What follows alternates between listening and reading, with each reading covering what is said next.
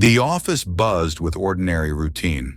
Coffee machines hissed, printers clicked, and keyboards clattered. Workers chatted, eyes glazed over, lost in their schedules. Nothing seemed out of place, yet the faintest shadow lingered in corners, unnoticed. A feeling that something was watching. Something waiting for the hum of normality to end. The elevator doors opened, welcoming the busy crowd. They shuffled in, briefcases in hand, smiles polite but forced. Each pressed a button, unaware that once the doors closed, their world would shift. The hum of machinery masked a subtle tremor in the air, a quiet prelude to the storm inside. The doors slid shut. The hum of normalcy disappeared. Conversations faltered. A strange stillness filled the cabin, thick as smoke. Eyes darted around. The familiar warmth of routine was gone. Something had entered with them, though invisible. It waited. Suddenly, the elevator shuddered and halted.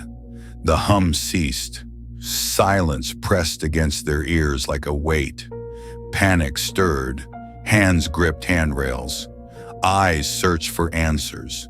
Pressed buttons glowed and flickered erratically. The world outside the elevator vanished. Time itself seemed to freeze. A whisper floated through the elevator, soft but distinct. "Don't worry." Heads turned, confusion and fear mingling. No one spoke, yet the words, gentle and calm, brushed against their minds. They looked around. No one else was there. The air thickened. Something was alive. Then he appeared, calm, smiling, an almost comforting presence. "Everything's fine," he said, voice smooth. Relief flickered across faces, yet when cameras flickered and mirrors reflected only the others, unease seeped in. He breathed, moved, smiled, but was nowhere to be seen outside their perception. Some reached for cameras, some for mirrors. Nothing, no sign of him. Their breaths quickened. The familiar rules of reality cracked. Each glance revealed a world slightly off kilter. The man laughed softly, too softly, and the unease deepened. Was he real or something else? Minutes stretched endlessly. Tension coiled like a snake around their hearts. Every sound, click, creak, whisper, sharpened their terror. Their minds twisted reality, each shadow a potential threat. And still he smiled, calm, unyielding, watching, waiting. Voices rose, blaming one another for imagined mistakes. Fingers pointed, hands shook. The unseen presence's smile seemed to widen with every argument. Rationality gave way to fear-driven chaos. Each second grew heavier, the walls closing in metaphorically and literally. The elevator panel sparked.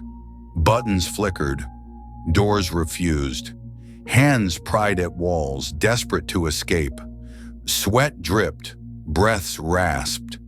The unseen man stepped forward, still calm, still smiling. "No need to panic," he murmured. But panic had already claimed them. Time blurred. The elevator became a labyrinth of fear. Every glance at him twisted reality. Walls seemed closer, breathing faster. Shadows stretched unnaturally. Reality slipped like sand, and the smile never faltered, cold and knowing. A hand reached for a wall, cold, sticky, unreal. Another's pulse raced, visible through trembling veins. Something clung to their senses, invisible yet tangible. He laughed softly. Their fear fed him, growing stronger with each heartbeat. The elevator had become alive. Lights flickered in impossible patterns. Faces morphed. Voices overlapped. The elevator's hum became a scream. Co-workers blinked, unsure if the other was real. The man's smile remained constant, an anchor in a sea of terror or the predator's lure. They questioned one another. Who saw him? Who imagined him? Fingers shook, voices cracked. Fear split them apart. The invisible observer fed on mistrust, and in the center he smiled wider, patient, eternal, waiting for the next crack to widen. A scream echoed. No one knew its origin. The walls shivered. The elevator felt alive, pulsing with malicious intent. Their eyes darted, searching, but reality betrayed them. The smile remained, closer now, though he was nowhere. And they knew. They were not alone. One worker grabbed the CCTV feed. The elevator was empty, him absent. Heartbeats thudded. The smile on monitors? Not his, a reflection of their terror. The unseen predator wasn't real, or too real. Reality shattered.